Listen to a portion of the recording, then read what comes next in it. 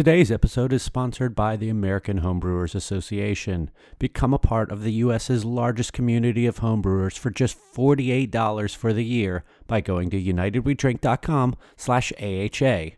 What do you get for your AHA membership? A year-long subscription to Zymurgy magazine, the world's longest-running homebrew magazine, exclusive deals and discounts at over 2,000 breweries, bars, and bottle shops across America, discounts on brewers' publication books and merchandise, access to a huge library of previous HomebrewCon seminars and talks, and early access to purchasing tickets to each year's Great American Beer Festival and Savor. Sign up now by going to unitedwedrink.com/AHA and get a year's membership for just $48. And if you sign up now in the month of October, you will get a free copy of the book Goza, Brewing a Classic German Beer for the Modern Era by Fall Allen of Anderson Valley Brewing. Support United We Drink, support homebrewing, and support the American Homebrewers Association at unitedwedrink.com/AHA. The opinions and statements in this podcast do not represent those of the host's employers, co-workers, family, or imaginary friends. Now enjoy the show. Because there aren't enough beer podcasts in the world, welcome to United We Drink.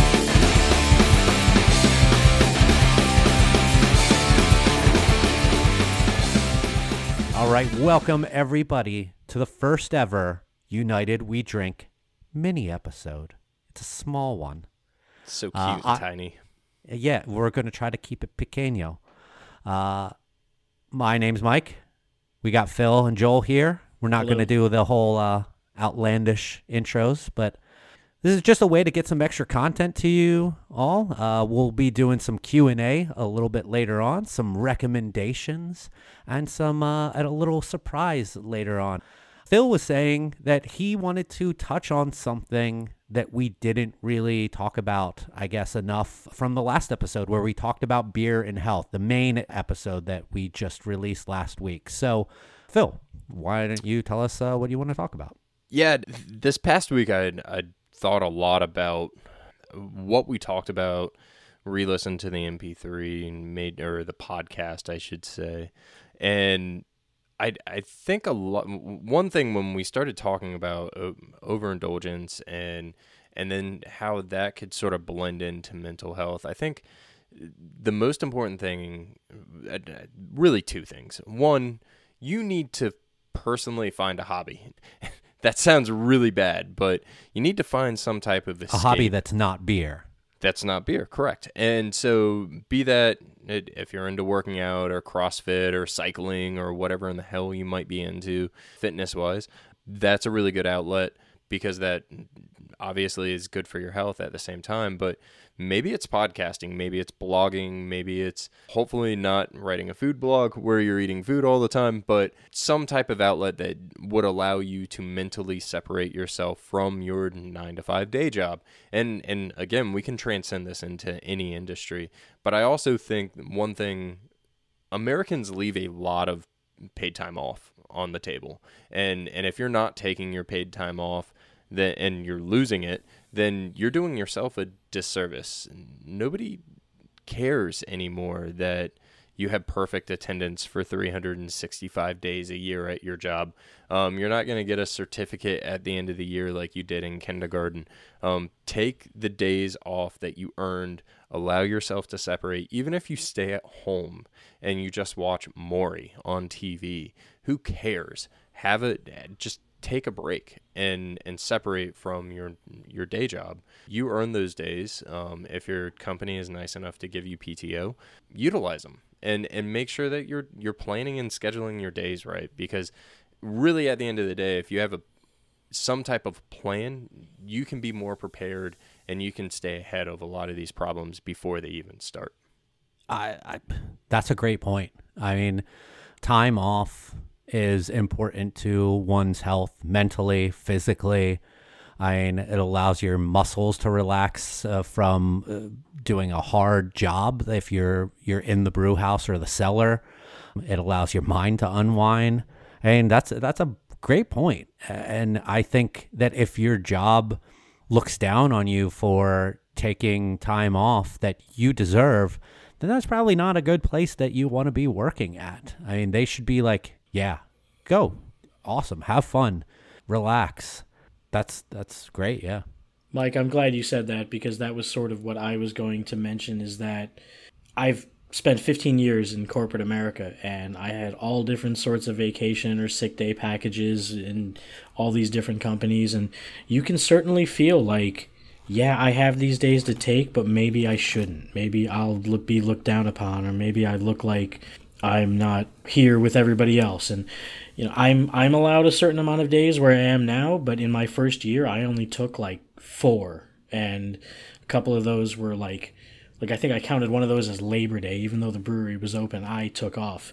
But there are people who have kids and other obligations and all sorts of crazy stuff going on, and sometimes they feel like they need to reserve that. Maybe they just can't take that PTO day. They want to not squander the little time they do get in case something comes up. People do have hectic lives, or, sick kids, or whatever it is. There's all sorts of parameters to this, and obviously everyone's case is different.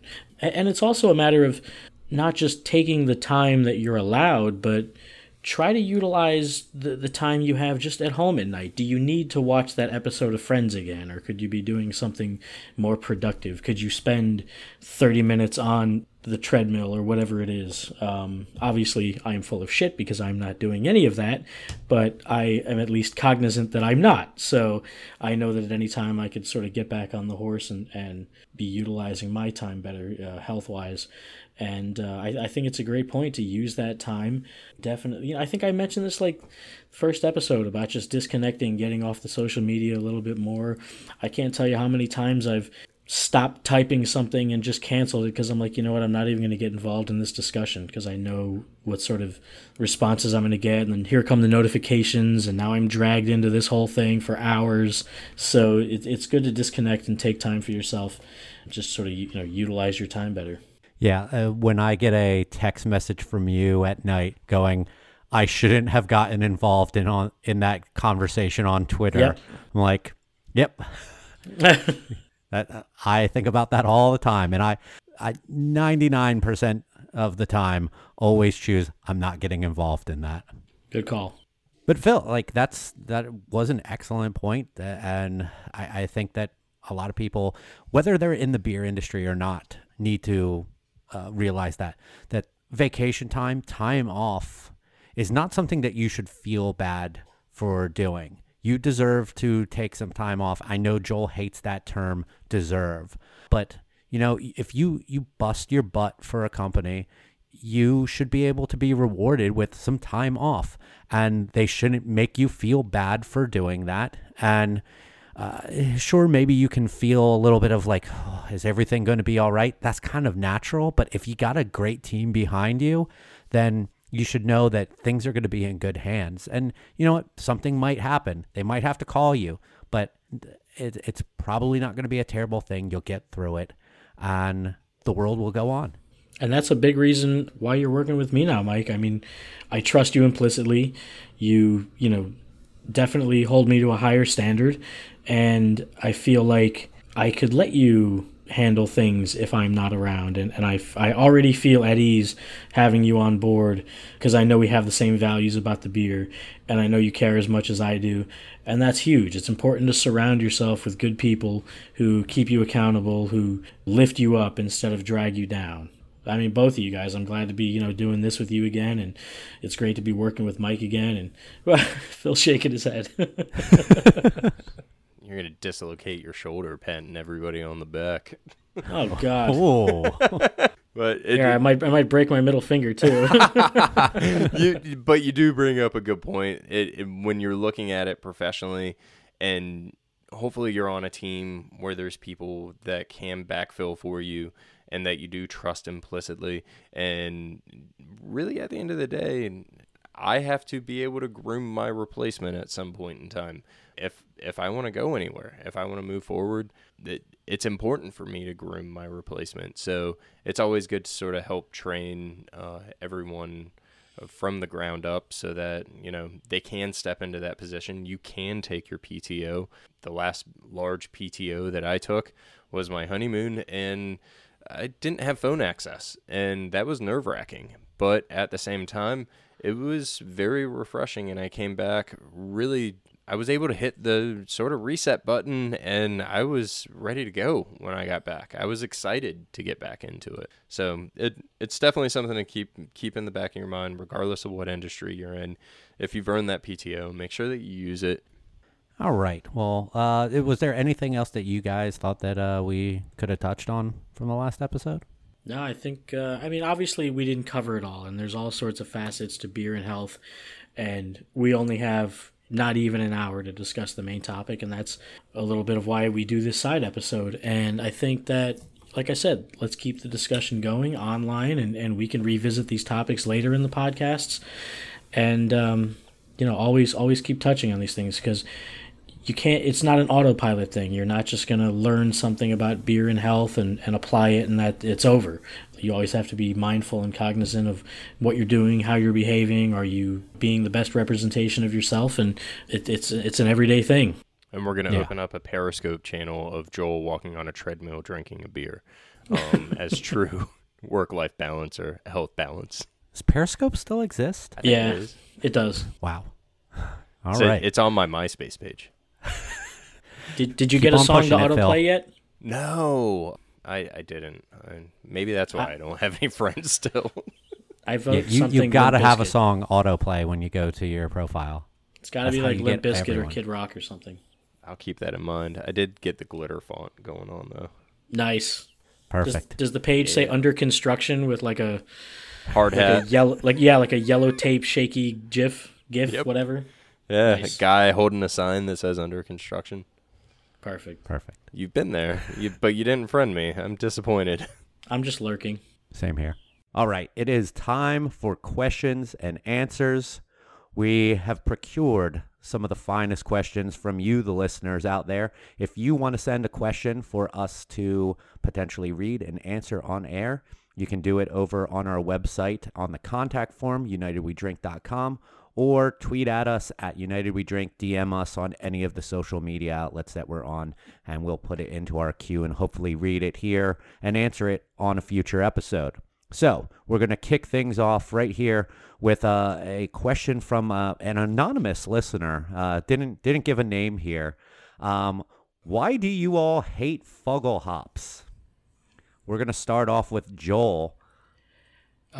You must have misheard us. We didn't say we hate Fuggles. We said slushy machines. I don't hate Fuggle hops. I have a question for you, anonymous person. Why do you hate the truth? I am indifferent. I guess if I did hate Fuggle hops, it's probably because the anonymous person likes Fuggle hops. I think that's a good reason to hate something because Absolutely. someone else likes it. Yep. Terrible. Next up, at beer.brat on Instagram asks us, tell us how you really feel about Untapped and Yelp. Phil, you're going to start this one off. So I don't use Untapped. I think I have an Untapped name. I think it's Dos Birigos from back in the day. Sure, I'm friends with people on there. I don't personally understand that. I used to be a nerd and compile my own list of beers that I drink on a Google document, and I would call it my beer graveyard, and I gave up on that number of years ago. As for Yelp, I'm a little bit more opinionated about. And coming from, and I had a different outlook on Yelp before I started working for a small business a few years ago. I really like Yelp. I think that Yelp is a beneficial tool as long as you understand how to use it. And I personally don't review locations on Yelp. I don't think that really it's necessary. What I do look at is the average stars. I think it's a great way when I travel to an area that I'm unfamiliar with. I can pull up the Yelp application and I can say, hey, I'm in the mood for Indian food tonight.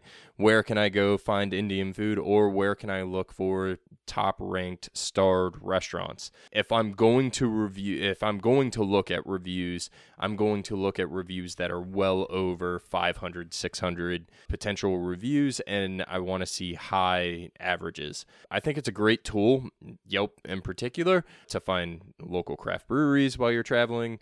Honestly, it's pretty fair as long as you realize that there's always going to be someone that's pissed off. I like Yelp. I'm probably in the minority here, though, I have a feeling.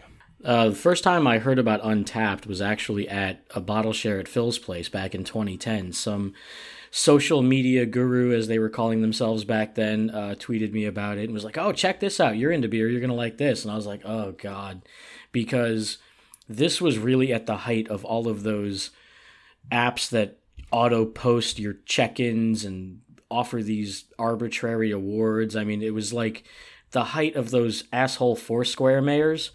So I sort of equated it to that at the time, and I wanted nothing to do with it. But eventually I did sort of warm up to it, and I got on Untapped. I started using it mainly to track the beers I was drinking, because I was still very much into a lot of bottle shopping, trading, just getting beers from all over. And it wasn't, I'm sure I rated some, but I don't really think I was using it for that purpose.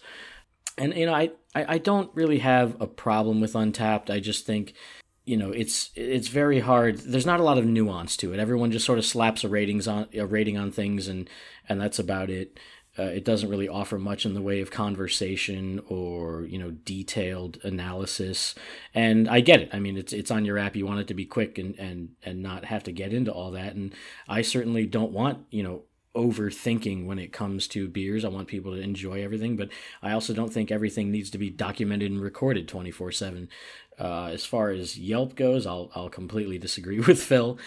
He has a much more professional, tactful, politically correct approach to it. I have not had much good experience with it. Not coming from our brewery standpoint or anything like that. I've just if you want to talk about how it affects our brewery, we had a guy come into our soft opening and just trash us before he even left the building. I mean, a soft opening is where you're supposed to have things go wrong so you can fix them. And he, gave us all sorts of terrible ratings and said, you should have had a soft opening. And we ended up, he was our first 1-star Yelp reviewer, and we ended up naming a beer after him. So that's where 1-star Dougie came from. And I don't see a lot of use in Yelp because I would rather talk to people I know and say, hey, what do you think of this restaurant? What do you think of this bar? Or wherever the location or venue may be. I don't know these people. So regardless if they're like Dougie, who have only a few check-ins and trash everything, or if they're these, influencers who have thousands of ratings and eat out every night, I still don't know them, and therefore I don't trust them. And I would rather, hit up you guys and go, hey, what do you think of this place? Is it worth, going to dinner there tonight? So, that's where I'm at with Yelp. As for me, Untapped, I love it for the point that you were saying, Joel, of tracking the beers I've personally had. I have now grown to dislike the rating aspect of it, because I hate how I see breweries harping over ratings so much on there.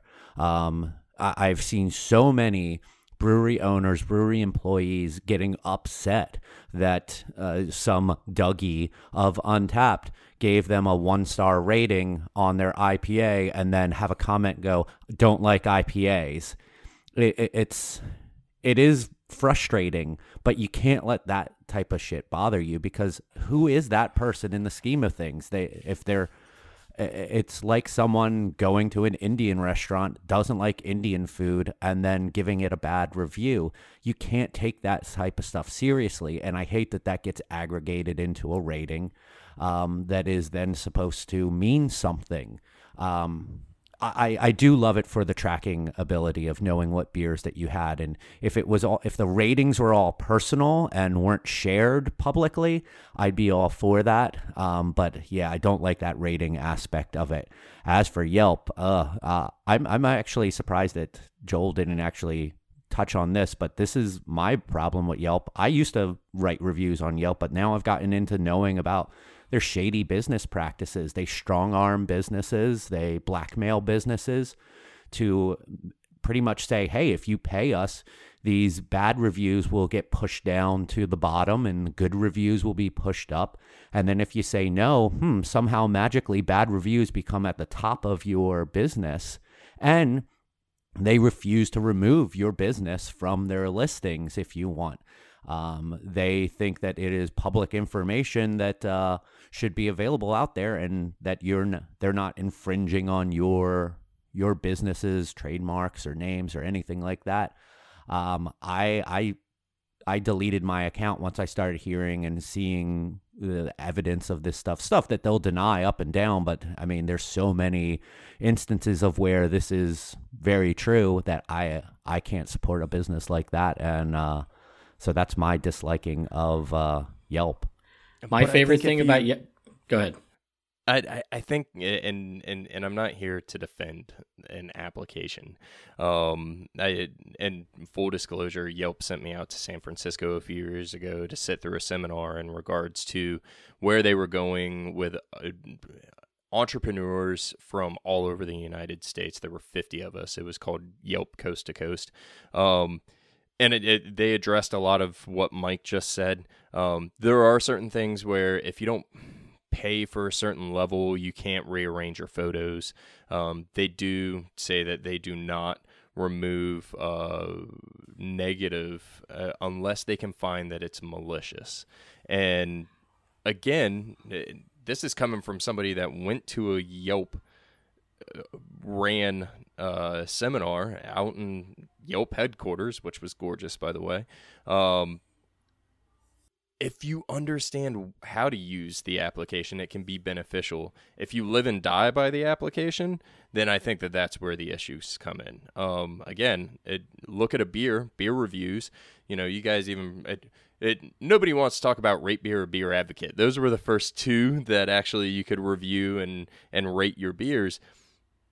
There's always going to be the person out there that doesn't like IPAs, so they're going to rate IPAs negatively.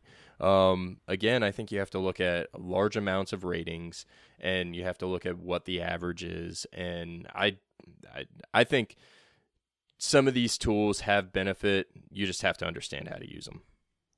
There's also a lot of preposterous reviews out there that won't get deleted and should be. Like, there will be people who leave a negative review without ever having stepped into the business. It's like, oh, I couldn't find parking, 1 star. So it's like you never came in, you never ordered anything, you never received any service or product from us, and it's just 1 star because you couldn't figure out where to park. And the cancel culture is doing stuff like that. I'm sorry to interrupt, but like, people, when they get mad at a business, then they go on and start making malicious reviews, and those people have never been there before. They're just trying to bomb a business. You're 100% right in regards to that. I think that there could be a better checks and balances where you could scan your receipt to show proof of purchase or proof of business at that establishment. I think parking's a logical thing, but in this day and age, if you're going to a bar, you should probably Uber or Lyft or utilize your local taxi service, or one of those stupid scooters that everybody sees flying around downtown.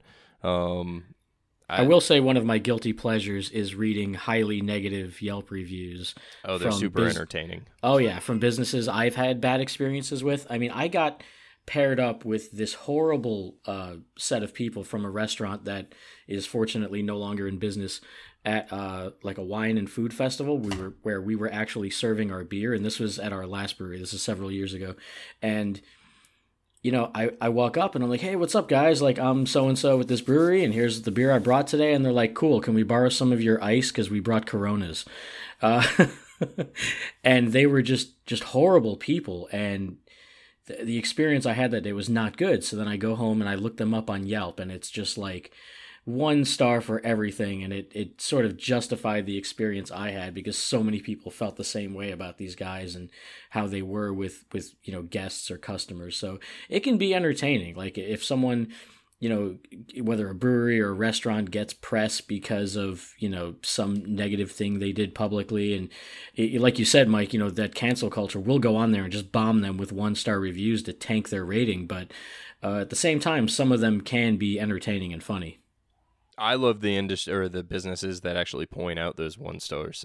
I think that's hilarious. You guys made a beer at West Palm Brewery. To see it on sandwich boards, hey, this person hates our food or whatever, and then what their actual review is. I think that stuff's awesome. It shows that you have good sense of humor. But I also think that if you're a business owner, you can logically learn. If you're seeing things continuously pop up in reviews, it might not necessarily be the cancel culture. It could be maybe there is an issue with, maybe a manager or an employee on staff, or, your presentation of your restaurant or your food or your beverage or whatever it is. All right, moving on. Next question is from Daddy Needs a Beer on Instagram. After listening to your last episode, I want to grab a new brewing beer book. What are your guys' reading recommendations? I'll start this one off, and I honestly don't get a chance to read a whole lot of books on brewing, so I'm probably a bad one to really give an opinion or recommendation here. But the last one that I did read and I really enjoyed was American Sour Beers by Michael Tonsmeyer. I've been so interested in sour beers for a while now, and getting to read more about how the creation of them comes about. I really enjoyed that book. So I would recommend that. That's on Brewers Publications as well. We'll go with Phil. I like Mike. I typically when I read, I'm traveling or doing something for personal, just escape out of the industry, just, sort of a release. The last really good book I read was Everything is Fucked, which I think by Mark Manson.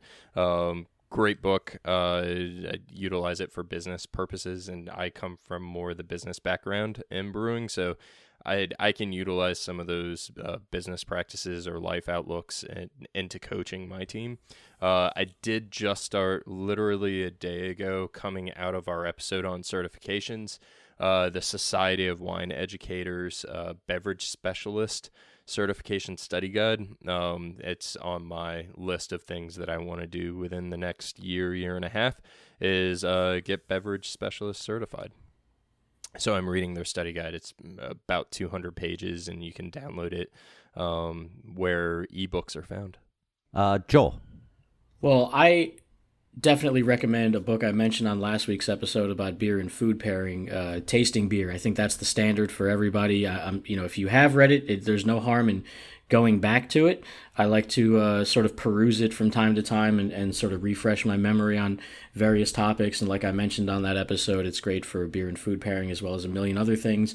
But as far as what I'm currently reading, that would be Goza by Fal Allen from Anderson Valley Brewing Company.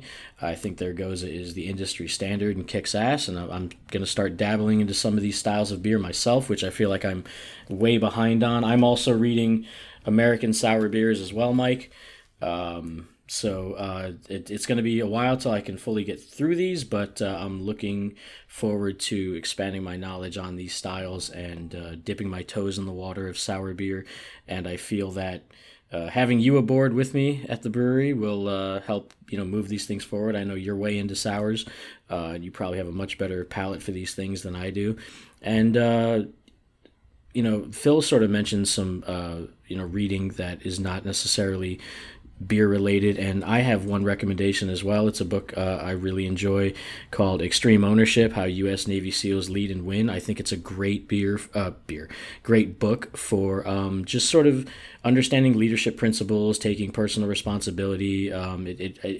These guys have a company that basically consults and helps other companies improve, and it doesn't matter what industry you're in, but it can very much help with leadership, ownership, owning your problems. What can you do to fix things? How to react in certain situations. So, and I think a lot of breweries could use that. A lot of people just think we've got some money or we've got some home brewing experience. Let's open a brewery, and the business side can suffer. So I think this is a great tool for not just business but life. Yeah, but that's a great book, Joel, by the way. Right on. And last we have here from at Okenquist.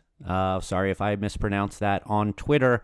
He asks if this sticker, referring to the independent beer sticker, doesn't magically turn shitty beer into good beer, do we actually need it? Joel? I sort of pre-scripted mine, so sorry if this sounds a little wooden. Unfortunately, the independent seal is not a guarantee of quality, craftsmanship, etc., but seems more geared toward people who are adamant about who their money goes to. On paper, I myself am a local craft independent brewer, but I personally feel that none of these descriptors should factor into how you feel about my beer. I don't want you to prefer my beer because it's made down the street. I want you to prefer it because you love it. I know ownership can be a big deal, and there are plenty of corporate brewers making it harder for the little guy, but I'm somewhat Darwinistic in my approach, sort of a survival of the fittest mentality. I think quality and experience will win out in the end, regardless of, independent or, corporate ownership. People don't like to hear this, but there are plenty of local /craft /independent breweries that operate with no concern for anyone else, infringe upon others' intellectual property, or just straight up opportunistic, lawless pricks. How many homebrewers have we seen posing as brewing companies and self-distributing or selling their hype train bullshit on the black market? How many independent labeled cans of unstable milkshake IPA or fruit smoothie sours have exploded, potentially injuring people, and the supposed moral high ground local independent brewery turns around and blames it on the customer for not keeping the can cold?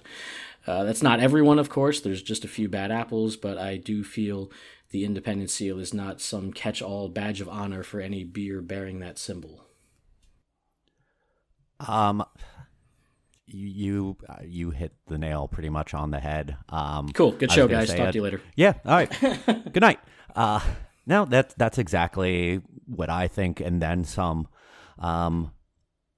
If I can just add anything onto it, I just think that it's a poorly designed logo. I get what they were going for, and I think that on the surface, what they're trying to do is a good idea for those type of people who just care about who makes their beer and where it's made at. I don't like a bottle that points downward because it makes it look like you're just pouring the beer out. And plus the design is so specific.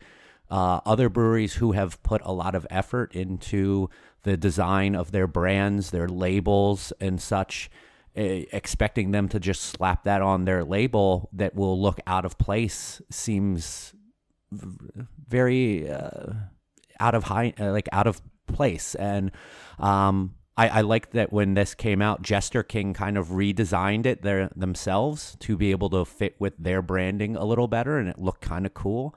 But ultimately, I get what they're going for here.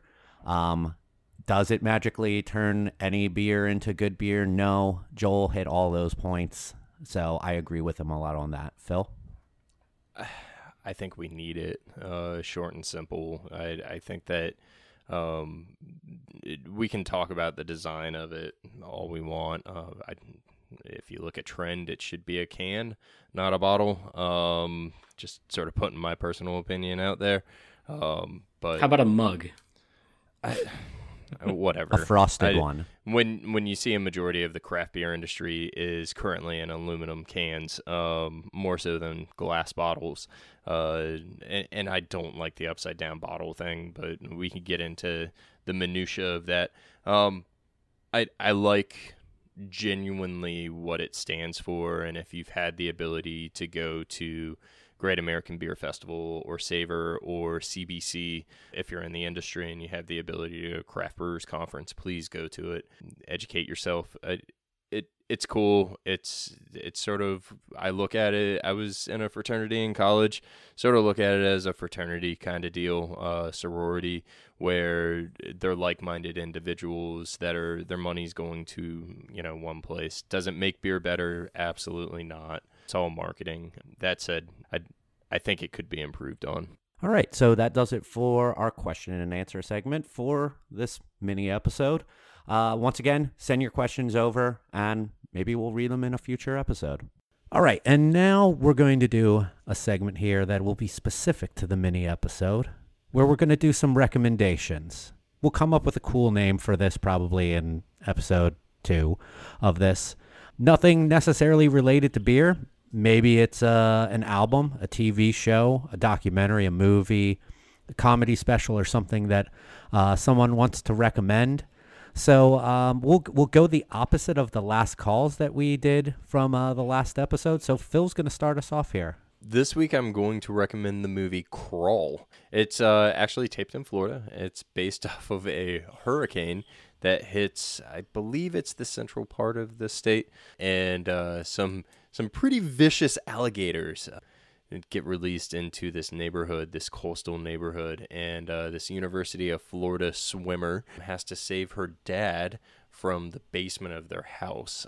Sounds cheesy, but really cool. It was actually surprisingly good. Some good thrills coming out of it.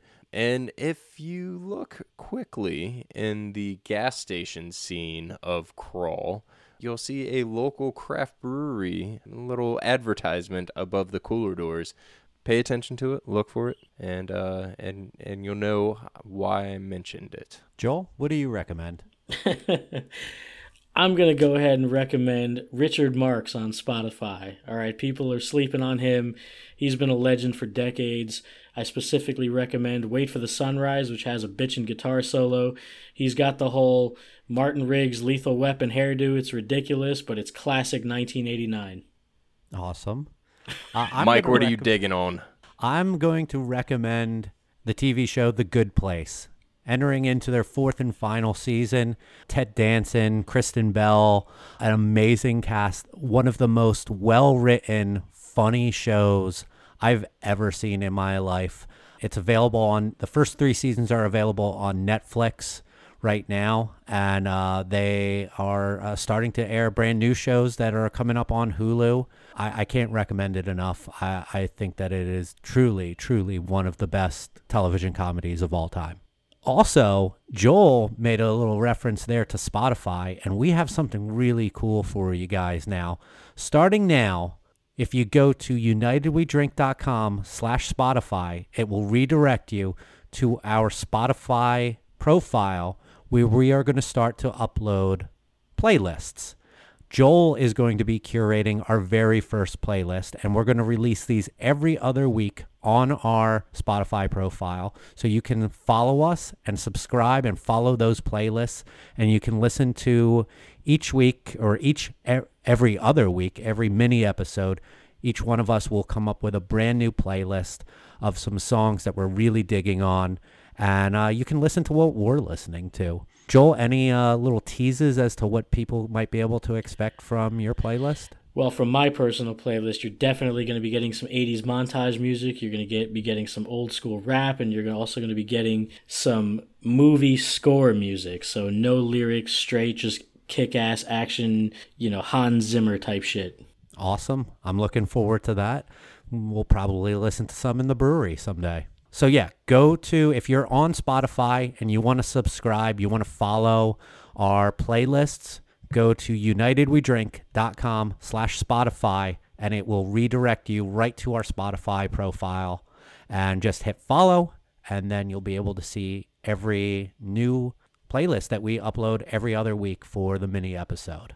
Other than that, I think that we're good here for our very first mini episode. I think this was fun. So look forward to these every other time in between the major episodes. Make sure that you follow us on Instagram at United We Drink Pod, at United We Drink on Twitter. Like us on Facebook, unitedwedrink.com. We're on all of the major streaming services for podcasts. Next week, we'll be right back with our brand new major episode. where we're going to be talking about beer label artwork and IP theft. Also, remember to submit your questions, unitedwedrink.com/contact, so you can hear your question answered on a future episode. We'll see you guys next time. Bye.